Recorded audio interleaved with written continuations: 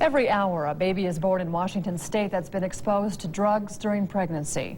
And some of those babies are right here in the inland Northwest. Tonight, KREM 2 is airing a half-hour documentary on children who are affected by drugs. And our family health reporter, Laurine Jue, is here now to tell us about the special. What does it consist of, Laurine? Well, Charles and Nadine, you know, we've all heard about crack kids and cocaine babies. We've read about them in newspaper articles, magazine articles, even seen them on television. A lot of us think it's only a big city problem, but we're fooling ourselves if we really believe that. These kids are right here in the inland Northwest. It hurts to think that that this goes on. It hurts to think that it happens in my community. At any given time, at least one baby in a Spokane hospital has been born affected by drugs. It's real sad because I think with anybody you want the best in their life for them. And when they start out like this, through no fault of their own, it's a tragedy. On this day, there are 2 drug-affected babies in the neonatal intensive care unit. The effects are obvious. These babies are starting life 2 steps behind. A shot of cocaine can kill your baby. 1 shot, 1 puff, 1 intake. If it doesn't kill your baby in utero, it can so damage your baby for the rest of its life, it will never, ever be normal as we look at normal people. The stuff is not mild, it's terrible. More happens to the baby than happens to the person using the drugs. Like many drug-affected babies, Jason was born premature, before his lungs were fully developed. At 15 months, he still uses a ventilator to breathe. His mother, Debbie, used drugs throughout her pregnancy. No baby should have to grow up like this. No baby should have to have the start that he did.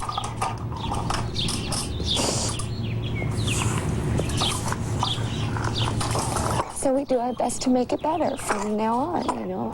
I played, oh, you're talking. Still go through a lot of guilt. Obviously, this is a very emotional issue. Our half-hour documentary called Addicted at Birth airs tonight at 8 o'clock, right here on KREM 2. This is going to be a hard documentary for you to do, Laurine. It has been very emotionally draining, but I've learned an awful lot just in researching it and producing it. You can't help but feel for these babies like Jason, and for these moms as well. But there is hope out there for these children, and there is help for these women, and that's the good news. Okay. 8 o'clock tonight. Tonight at 8 KREM 2. o'clock. It'll be rebroadcast also on Saturday at 5:30 if you miss it tonight. All right. Good. Thanks, Laurine. As we continue, the 1991 season is upon the Cougar football program. Rich Henkels takes us to Pullman, where a new optimism is being kept in check. The Nordic Fitness Chair works all of your muscles, tightening, toning, and shaping them. It gives you a nicely conditioned body, the kind you've always dreamed of. Best of all, the Nordic Fitness Chair automatically adjusts to any fitness level to help you achieve almost any fitness goal, safely and effectively. It helps you get through the day with strength and energy to spare, and brings an improved quality of life to your entire family. The Nordic Fitness Chair by Nordic Track. Strength training from the comfort and convenience of your very own home. Try the Nordic Fitness Chair in your home for 30 days with no risk or obligation. For a free video and brochure, call today. Make a decision now to change your life forever. Addicted at Birth, a KREM 2 special presentation, is sponsored by Deaconess Medical Center Chemical Dependency Units. This program contains scenes which are not suitable for younger viewers. Parental discretion is strongly advised. The rate has really dramatically increased. Even in Washington State now, the rate is about 1 baby per hour being born with drug-caused birth defects. Certainly that we're talking about thousands of children, and by most people's definition, that's a problem. You know, I felt that those women that used were despicable, and it didn't stop me.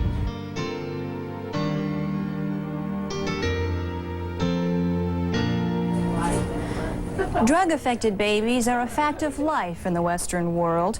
Here in the hospital, we care for our children with the finest medical technology on the planet. While at home, we poison our children by the thousands. Good evening, everyone. I'm Laurine Jue. The problem of drug-affected babies has been called an epidemic. Tonight, we're going to see how alcohol and other drugs can harm an unborn baby.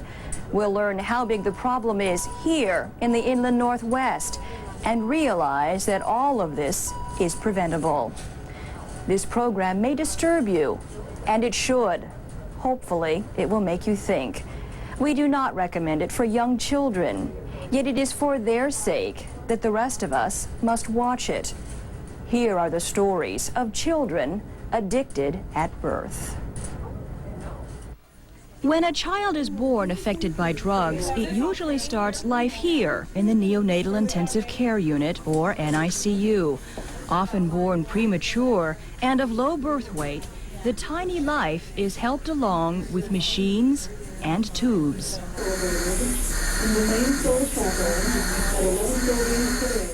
Doctors and nurses do their best to give the baby every chance to survive. Well, my compassion takes a beating like everybody else's. Frustration is the least of, I'd say, my feelings towards this at times.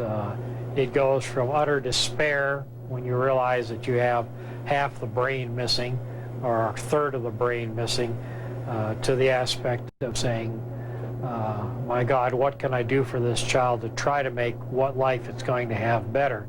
And knowing that in many instances, I'm not going to get anywhere near what I would want for anyone's child. Jason is one of those babies who started life in the NICU. His mother took drugs to escape, but he had nowhere to go. Jason's father left me when I was 4.5 months pregnant, and that was a life's term that I didn't know how to deal with. So I ran from it to the only thing I knew that was going to take away all that pain, and that was freebase.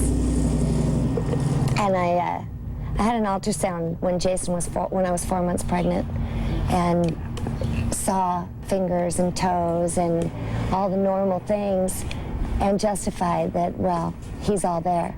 All his parts are there. It's not going to hurt to use a couple of times. And then it was so nice to not feel the pain that I just kept on using. What was your first reaction when you saw Jason, and what had happened?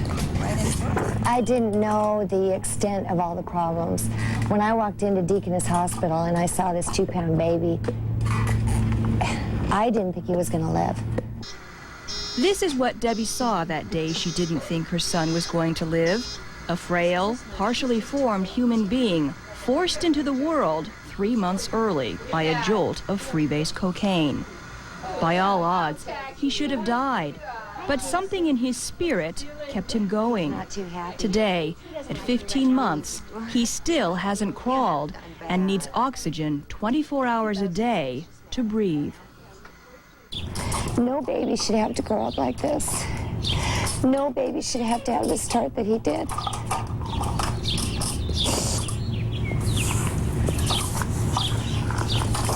So we do our best to make it better from now on, you know. I played, oh, you're talking. Still go through a lot of guilt. And to carry on and be the kind of mother that I want to be, I can't harbor that guilt. I can't harbor it. But it's still there. I've said many times that until I can explain to Jason why his early life was so different, I won't get rid of the guilt. These are some of the drugs taken off of the streets from throughout the inland Northwest. You've heard of cocaine. This is what it looks like, kind of like powdered sugar. Cocaine is typically sniffed, or it can be smoked in a process called freebasing, as Debbie did. Other smokable drugs are crack and marijuana. More often than not, a using mom combines these drugs and others, creating a child affected by more than one chemical. I smoked marijuana and I drank a little bit, not very much, but I was mainly pretty bad marijuana smoker. First 3 months, cocaine. 1 gram when I could get a heroin. Brenda and Dee, not their real names, are typical of the using mom. Brenda is 21. She started with drugs in high school. She smoked marijuana morning, noon, and night, and sometimes in between, every day for the first 6 months of her pregnancy. She also drank alcohol. Did you know at the time what kind of effect that was having on your baby? I kind of had an idea, but I don't know. It's not that I didn't care, but it's just my drug use was just kind of more important than you know, I just didn't really think about it, really, at all. Brenda delivered a son 8 days before we met her. The baby appears to be normal, but a normal appearance can give a false sense of relief. Brain damage, for example, may not be noticeable for another few years. In the meantime, Brenda hopes her son is one of the lucky ones. If you could talk to your baby right now, and he could understand you, what would you like to say to him? Probably that I'm sorry and that, you know, I want to be a good mom. Dee is 20. Her drug use was more serious, including cocaine and heroin every day during the first 3 months of her pregnancy. Anything to escape a life so painful that few of us could imagine. My father sexually abused me when I was a child and put me on drugs to do it, so I haven't done them since a long time. I smoked pot when I was 10. Dee's daughter is now 11 months old. Nurses have noticed the girl is hyperactive, which could be a result of the cocaine. If you were able to talk to women out there who may be in your same shoes, what words of advice would you have for them? Don't use, and if you can get yourself a program, get into it right now. Because it's not fair to the baby. The baby don't have a choice. I don't know. Give the baby a second chance. Because they don't know what's going on. I mean, they're getting drugs and getting high off drugs and not knowing about it because you're doing it. I mean, somebody told me when I was pregnant, you know, why don't you picture sticking a needle in your baby's arm when it's born just to know what it's like, what you're doing to that baby right now inside your stomach. You're doing the same thing. Low-income moms are twice as likely to abuse drugs during their pregnancy. Spokane County Health offers the Family Success Program. It's a pilot program for the state to help women from compromised backgrounds who perhaps don't know any other way of life. This is a very emotional issue. Some people feel compassion. A lot of people feel anger towards these women. I think there are people who view these women as callous, and certainly I would challenge them, if they could, to spend some time with these moms, see how these moms suffer. These are not women who normally make these negative choices to purposely hurt these children.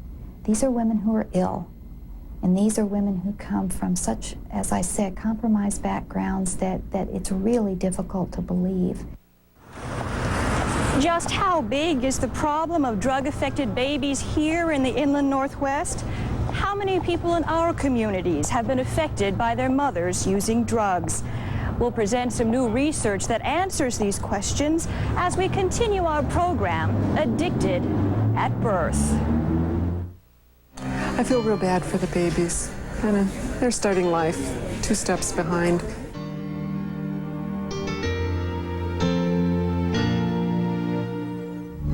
The freedom to fly again. Freedom to be in control. Freedom to overcome and achieve. Freedom to celebrate life. The freedom from chemical dependency for yourself or for a loved one. Call today the Deaconess Medical Center Chemical Dependency Units. The freedom you deserve is within your reach.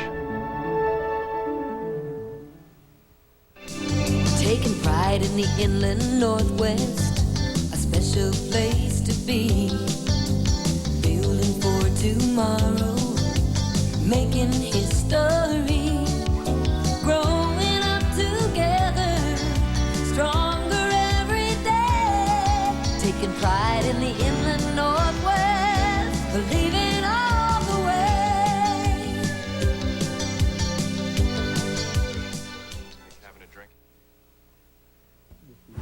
anything can happen when you're using drugs. And more happens to the baby than happens to the person using the drugs. Most of us have read or seen reports of drug-affected babies in magazines or on national news. For example, this issue of Time devoted its entire cover story to crack kids. But we're fooling ourselves if we think these kids are somewhere else, because hundreds of them are right here in the inland Northwest. Doctors and nurses in Spokane and Coeur d'Alene area hospitals see drug-affected babies on a regular basis. On this day, 2 babies in a local neonatal intensive care unit are drug-affected. You see these innocent babies, 2 and 3 pounds. What do you think about when you hold one of these babies, or when you see one of these babies, knowing that this could have been prevented? It hurts to think that that this goes on. It hurts to think that it happens in my community. I guess I think that all the education that is out there, that we're just not reaching a certain portion of the population, and yes, it hurts to see a baby suffer. I think sometimes if teenagers could come in and see a little tiny 2-pound baby, or a baby going through withdrawal, or an alcohol-affected baby, that they would want to change their lifestyles. They would not want to have an infant go through all those things too. Drug-affected babies are not just those affected by illegal hard drugs. Collectively, more children are affected by soft, legal drugs like alcohol and tobacco. Both are drugs and carry labels from the Surgeon General warning against their use during pregnancy. Tobacco, for example, is the #1 cause of low birth weight in the Western world. Alcohol is the #1 cause of birth defects. The harmful effects from both are 100% preventable.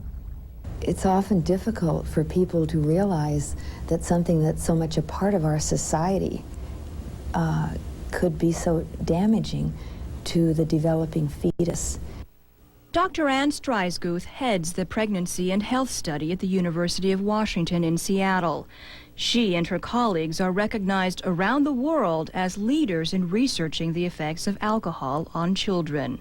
The group's most recent report was published in the Journal of the American Medical Association this past April. When a fetus is damaged by alcohol, the condition is known as fetal alcohol syndrome. Lesser symptoms are collectively known as fetal alcohol effects. FAS and FAE are the #1 causes of mental retardation in the United States, far surpassing Down syndrome and spina bifida. Fetal alcohol syndrome is a tragic birth defect that's entirely preventable. If women didn't drink during pregnancy, there'd never be another child born with fetal alcohol syndrome. Here are some graphic examples of the damage alcohol can do to a developing life. The puppy on the right was exposed to alcohol while in the womb.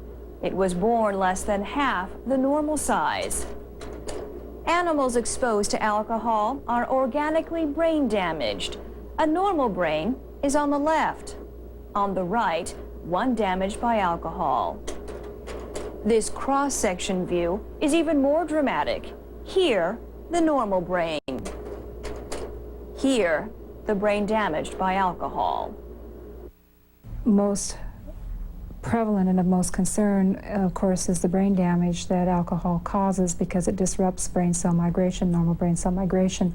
And because of that, you have structural damage in the brain. So you have children who are literally organically brain damaged from the alcohol, which leads to things like delays in learning, poor judgment, an inability to care for themselves, and problems that we see across the lifespan of the person. So when we talk about prenatal alcohol exposure, it's not just little babies we're talking about, it's big people too.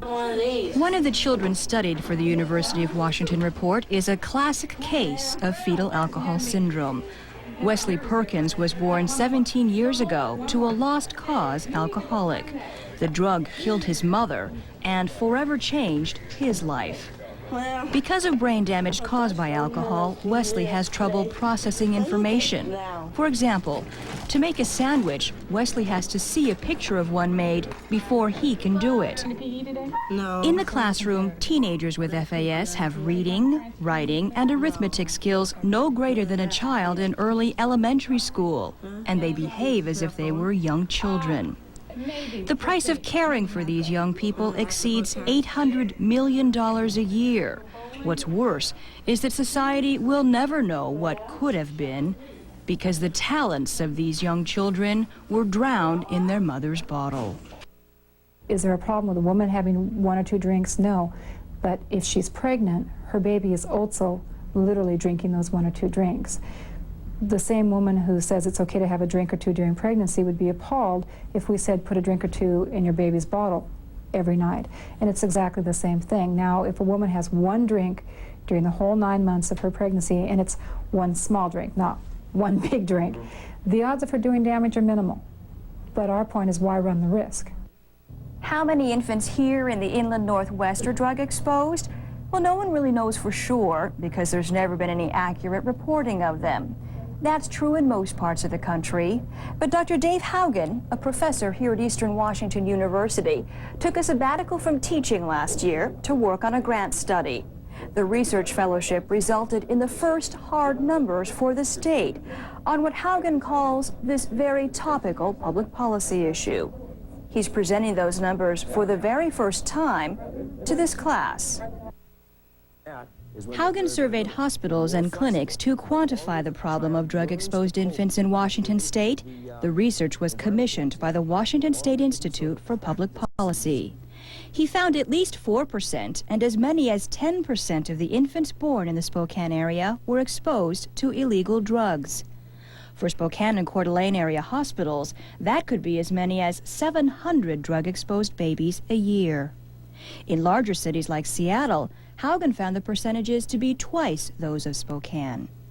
And when he included alcohol and other drugs in his findings, the number of exposed infants zoomed to as high as 50%, every other baby. Do you think as a society that we realize smoking and alcohol are just as dangerous as those other drugs? The strict answer to the question is, I don't think as a society we realize that those drugs are just as damaging. They're legal, they're available, they're more socially acceptable. Educated people, people who read, who listen, who watch television, who look at the backs of cigarette packages and the backs of liquor bottles certainly can see Surgeon General's warning labels. But I think there are a lot of people who either ignore that or are just only tangentially aware of the harm that those substances can cause. Not every baby that is drug exposed is born drug affected. No one knows how much exposure results in an effect, but we do know that the wrong chemical at the wrong time can affect critical development. Doctors can actually determine when a woman used drugs in her pregnancy by looking at what parts of her baby are abnormal. How are these kids going to do once they enter school? We'll hear promising information from 2 university studies in a moment. What we found is we have a significant number of children in the population who will probably be exposed to cocaine before they enter school.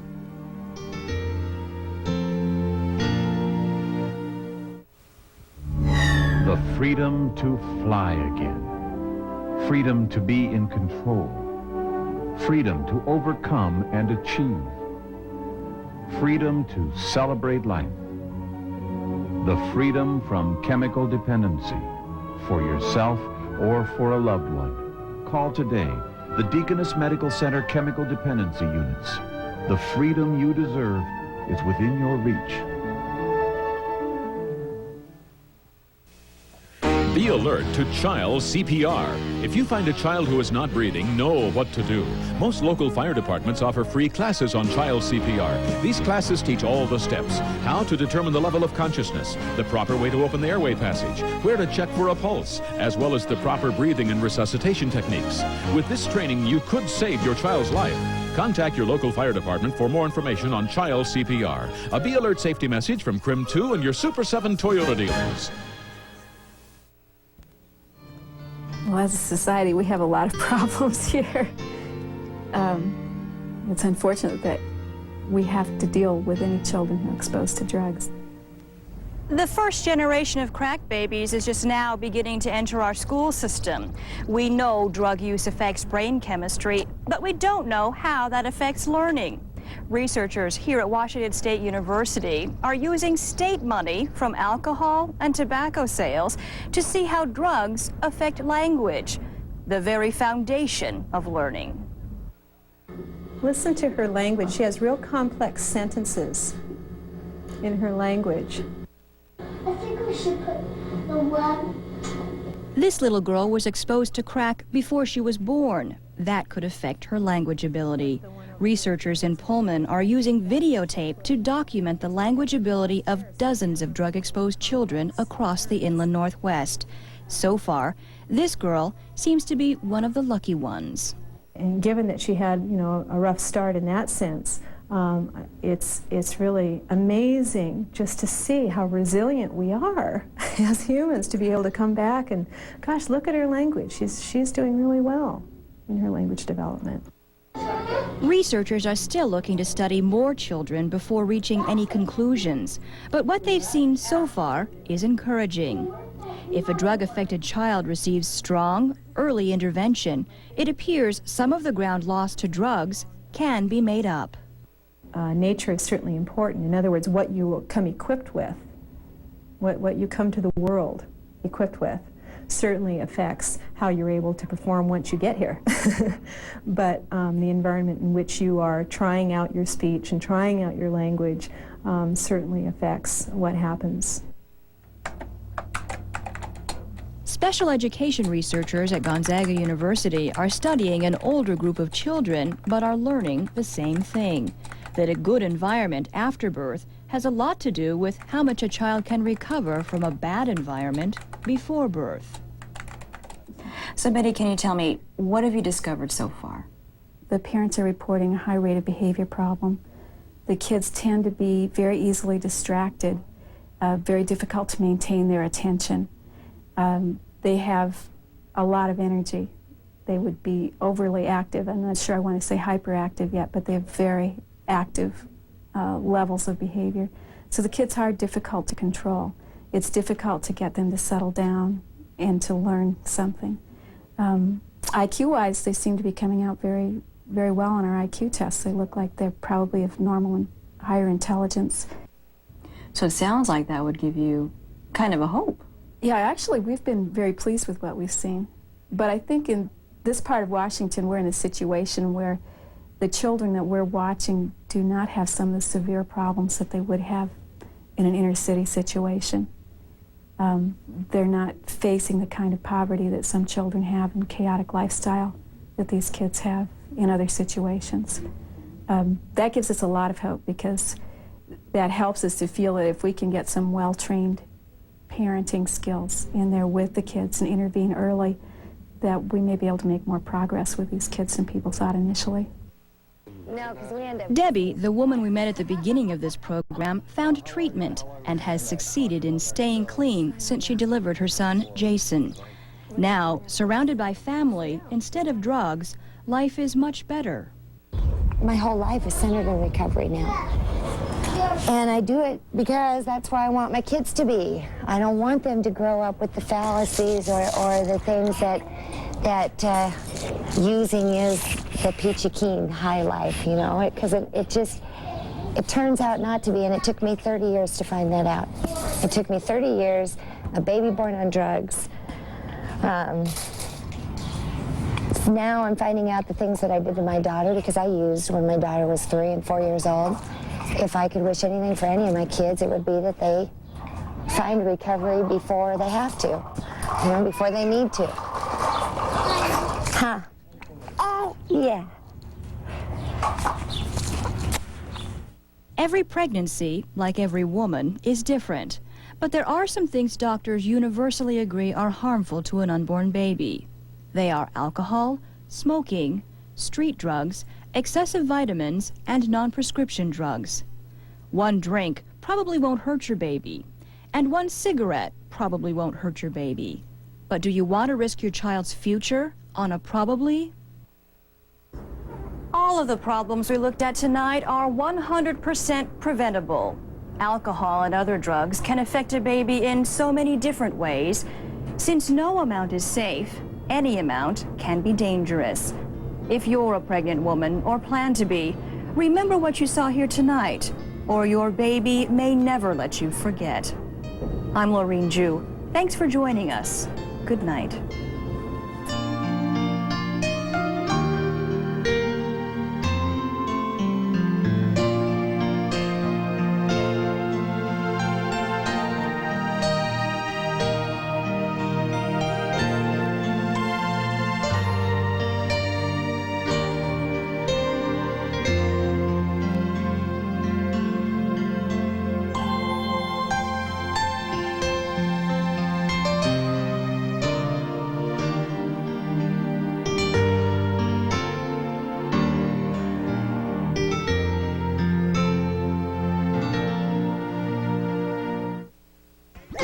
Addicted at Birth, a CRIM 2 special presentation has been sponsored by Deaconess Medical Center Chemical Dependency Units.